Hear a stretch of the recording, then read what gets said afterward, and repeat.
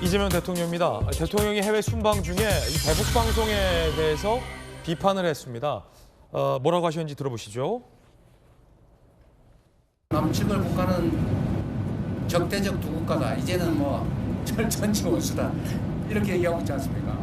일체 모든 연결선이 다 끊겼습니다. 매우 위험한 상태죠. 대북 방송 그거 왜 합니까? 쓸데없이. 서로 방송회가 서로 괴로우면서. 그런 바보 짓이 어디 있어요? 우리한테 어떤 이익이 있습니까?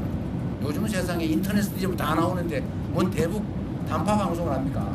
자꾸 피하면 쫓아다니면서 얘기도 하고 말도 붙이고 교류해야죠. 우리가 흡수통일 그런 얘기 왜 합니까? 책임도 못 질 얘기를 정치인들이 쓸데없이 하느라고 괜히 갈등만 격화되지 않습니까?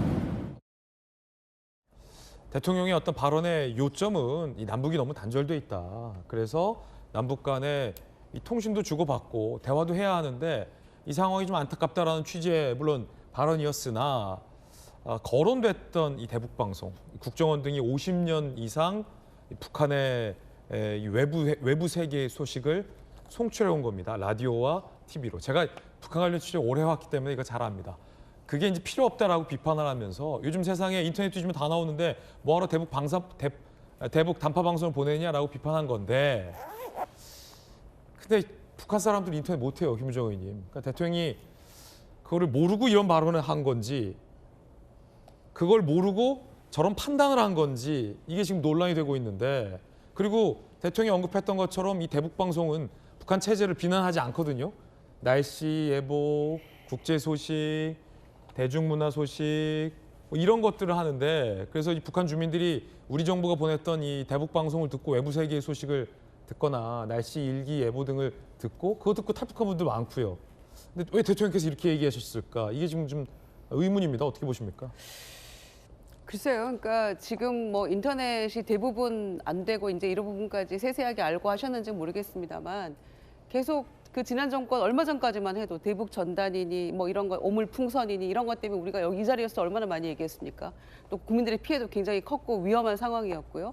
또 이 대북 방송 오고 가고 그쪽에서 우리는 이제 좋은 취지의 방송을 내보내더라도 또 그것 때문에 이제 그 인근에 있는 뭐 7년인가 군생활을 해야 되니까 군인들은 많이 듣고 또 귀순하기도 하고 이제 이런 얘기도 저희가 나눈 바가 있는데 근데 접경 지역 주민들의 고통은 또 저희가 헤아려야 되는 거 아닙니까? 이게 이제 고 대통령이 확성기 스피커 네. 방송하고 국정원이 보냈던 거를 좀 혼돈한 게 아니냐. 그러니까 김정일 말씀하신 부분은 이제 확성기로 방송하는 거고 그렇죠. 지금 대통령께서 언급하신 건 국정원 등이 50년간 그래서 DJ 때도 노무현 때도 네. 문재인 때도 안 끊었던 거 아닙니까? 그건 사실은 북한이 공개적으로 문제 삼지도 않고 접경지 주민들과는 상관없는 거거든요. 그러니까 라디오 방송을 통해서 TV도 하는 그렇고요. 것처럼 이렇게 내보냈잖아요. 약간 혼동을 하셨을 수도 있다는 생각이 들어요. 왜냐면은 얼마 전까지 접경 지역 주민들 정말 잠도 못 잔다, 막 쇠 긁는 소리 나고 이런 것들이 우리 확성기 방송에 대한 대응이었잖아요. 그것과 조금 혼돈했을 수도 있겠다 생각되는데 그래서 어찌됐거나 강조했던 점은 지금 지난 윤석열 정권 일은 너무 단절이 돼서 네. 오른손으로 싸우서라도 왼손으로 악수해야 되는데 남북 고위급 군사회담도 제안을 하건 뭘 하건 너무나 묵묵부답이어서 이 관계를 어떻게 풀어나가야 될지 고민을 해야 된다라는 점에 방점이 있는 것인데 확성기와 그 우리가 대북 방송했던 거하고를 혼선이 있었는지는 그거는 조금 그렇군요. 살펴야 될 것 같습니다. 네. 안영환 의원님, 저는 네. 이 문제 굉장히 좀 심각하게 보는데 대통령이 대부분의 북한 주민들이 인터넷이 안 된다는 사실을 모른 채 50년간, 그러니까 문재인 노무현 때도 안 끊었던 대북 방송을 끊는 정책적 결정을 했다면 이건 좀 심각할 수 있어서 대통령의 저 발언의 진위가 어떻게 된 건지는 좀 궁금합니다. 왜냐하면 현 정부 들자마자 대북 방송 끊었잖아요, TV와 라디오. 네. 근데 그건 접경 지역 저 지금 화면에 나가는 저 스피커가 아니에요, PD님. 그렇죠. 저것과 상관없는 거예요, 대북 네. 방송은.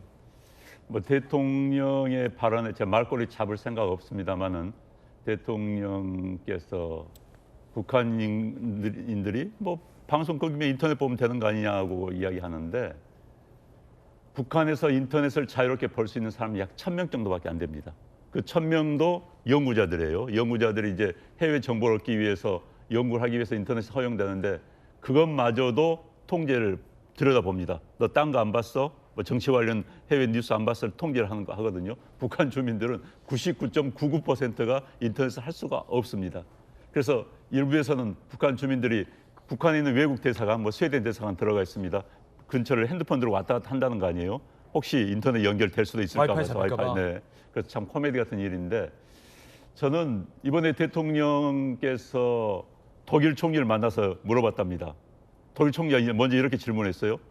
한국과 한국 정부의 대중정의 중국에 대한 인식이 궁금하다 했더니 대통령이 좀 깝깝했던가 봐요. 할 말이 좀 없으니까 대신 말을 돌렸어요. 독일의 통일 과정에 대해서 우리는 참 궁금하고 배울 게 많다고 생각한다. 그런데 독일의 통일 과정에 가장 큰 영향을 미쳤던 건 방송입니다. 미디어죠. 동독 사람들이 서독의 방송을 보고 서구 체제에 대한 동경을 가지면서 동서 장벽이 무너지니까 우르르 넘어온 거예요. 그러니까 방송의 역할에 대해서 좀 우리 인식을 했으면 좋겠다는 생각이 들고요. 대통령이 북한과 의도는 압니다. 저 발언의 의도는 북한과 연락할 수 있는 수단이 끊겼다. 그래서 자꾸 피하면 쫓아다니면서라도 얘기해야 된다. 뭐 북한과 이제 관계 단절을 걱정한 이야기인데 저는 여기서 자꾸 피하면 쫓아다니면서라도 얘기해야 된다. 꼭 그럴 필요가 있나요? 우리 이럴 때는 김여정이 김정은의 소원 좀 들어줍시다. 김여정이 그랬습니다. 제발 우리 간섭 좀 하지 말고 살자. 나 좀 쫓아다니지 마라. 이게 북한의 현재 생각이에요. 그래서 당분간은 북한이 저렇게 나오면은 우리가 당분간은 좀 그래 한번 단절은 아니더라도 어찌됐든 너네대로 한번 살아봐 하는 그런 과정이 필요하다는 생각이 들고요. 그래서 북한에 대해서 너무 스토킹하지 맙시다. 북한은 북한대로 살 수 있는 기회를 만들어 놓고 우리는 우리 내부에 힘을 기르면서 살다 보면은 어느 날 접점이 찾아올 수 있을 것 같습니다. 비스마르크가 이런 이야기 했어요. 운명의 여신이 내 앞을 지나간다. 그때 잡아라. 운명의 여신 쫓아다닐 필요는 없습니다. 그래서 통일도 어느 날 정말 운명처럼 다가올 수 있기 때문에 그때로 해서 힘을 기르면 되는 뿐이지 지금 자꾸 통일 외치면서 북한의 뒷공문을 쫓아다닐 이유는 없다. 저는 이렇게 생각을 합니다. 네, 두 분 의원님들의 개인적 견해도 전해드렸습니다.